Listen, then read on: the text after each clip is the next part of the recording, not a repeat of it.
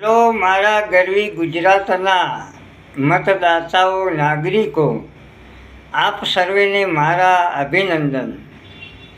પણ મારી એક વાત ધ્યાનથી સાંભળજો કે દાનની પ્રક્રિયામાં પવિત્રતા હોવી જોઈએ। શ્રેષ્ઠ દાનોમાં બે દાન માનવામાં આવે છે, એક કન્યાદાન ને બીજું મતદાન। હવે વર્તમાન સમયમાં નાગરિક એટલે કે માણસ આ બંને દાનની પ્રક્રિયામાં કિંમત વસૂલતો થયો છે અને મોટી કિંમતની અપેક્ષા રાખે છે।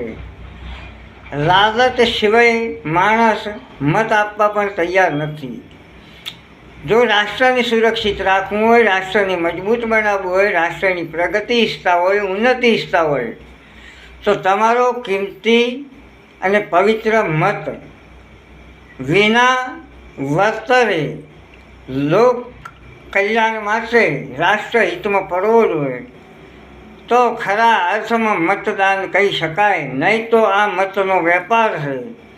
અહીંયા તો મત વેચાય છે અને પદ પણ વેચાય છે, ધારાસભ્ય વેચાય છે અને સાંસદ પણ વેચાય છે। અરે મારા મહાન ભારતના મહાન મતદાતાઓ, જરા ભગવાનથી તો ડરો।